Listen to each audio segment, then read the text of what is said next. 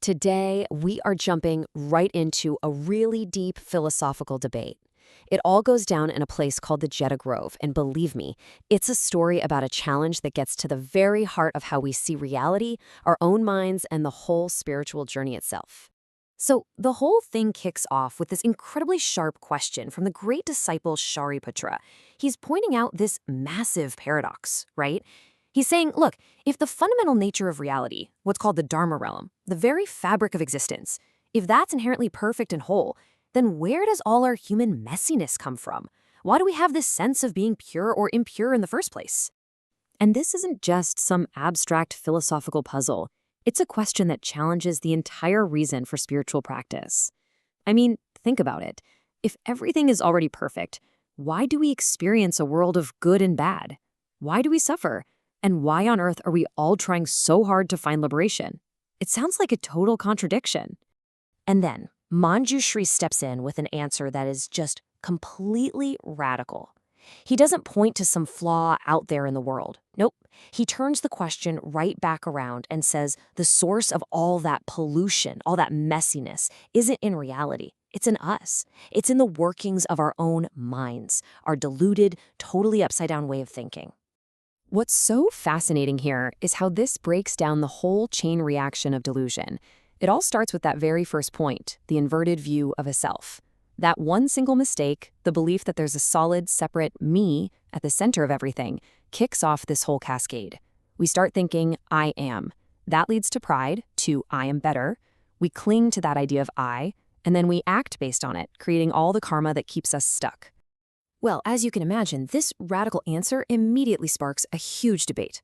On one side, you have Shariputra, who represents a very practical, a conventional way of seeing things. And on the other, you have Manjushri, who just keeps pushing the conversation toward the absolute, ultimate truth. So Shariputra is arguing from the perspective of worldly truth. He's saying, look, in our everyday experience, it sure feels like our minds are bound, and it feels like liberation is a real thing we can achieve. But Manjushri comes back from the ultimate truth angle. He says, if you look deep enough, you can't actually find a solid, independent thing called a mind that could even be bound. It's like trying to catch smoke. And if there's no solid mind to be bound, then the whole idea of liberating it just kind of dissolves. And then Manjushri takes it even a step further. He asks, these two truths we're talking about, worldly and ultimate, are they actual features of reality, or are they just labels, just concepts we create with our minds? He's suggesting that reality itself, the Dharma realm, is seamless. It doesn't have these neat little divisions we invent. For some of the monks listening, this is just too much.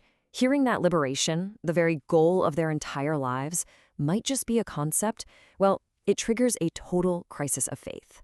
You have 200 monks who feel like the rug has just been pulled out from under them. They literally get up and walk out. And their logic is completely understandable, right? They're thinking, if there's no real goal, no real freedom to win, then what have we been doing all this for? What was the point of all this sacrifice? Now, this is where the story takes a brilliant turn. Manjushri doesn't run after them. He doesn't argue. Instead, he uses this amazing, skillful teaching method. He magically creates an illusory monk, think of it like a wise hologram, and sends him to meet them on the road. And this is just masterful. The illusory monk doesn't give them a lecture. Instead, he guides them with questions. He leads them on their own investigation into their own minds. He asks them, okay, this mind you're so worried about, what shape is it? What color is it? Where is it? Is it inside you, outside, somewhere in between? He forces them to actually look for it. And through that direct investigation, the monks have this huge aha moment. They realize that the mind they were so worried about isn't some solid object, it's a process. It's an appearance that arises from delusion, but it has no real substance you can grab onto. And in seeing its empty nature, right there on the spot, they're freed from their misunderstanding. So the monks return, but this time with real, genuine understanding. And their whole experience perfectly sets the stage for Manjushri's final and maybe most subtle teaching, how to avoid the very last trap on the spiritual path. Manjushri points out this critical obstacle he calls arrogant conceit. And this isn't your normal, everyday pride. This is a special kind of spiritual ego. It's that subtle feeling you get when you think you finally got it. It's the thought of, I have understood, or I have achieved purity, which basically turns your realization into just another thing the ego owns. And then he says something truly shocking. He says that even when you are following the moral rules perfectly, if you cling to the idea of your own purity, that very act of clinging creates a disturbance in your mind. You've just created a pure me and set it against an impure world. So what it comes down to is this. This trap of duality is sprung anytime your mind creates a pair of opposites and then grabs onto one while pushing the other away. Preferring enlightenment and fearing ignorance, loving purity and hating defilement, the very act of choosing sides reinforces the mental division that is the actual root of all our suffering. So, what does this all mean? True freedom isn't about winning some cosmic game where you get rid of all the bad stuff and collect all the good stuff. No, it's about seeing beyond that game altogether. A truly liberated mind sees everything as equal, like open space, which is never bothered or stained by whatever clouds happen to pass through it. And so, this ancient text leaves us with a question that is just as powerful today as it was thousands of years ago. It's basically an invitation to look directly at our own experience.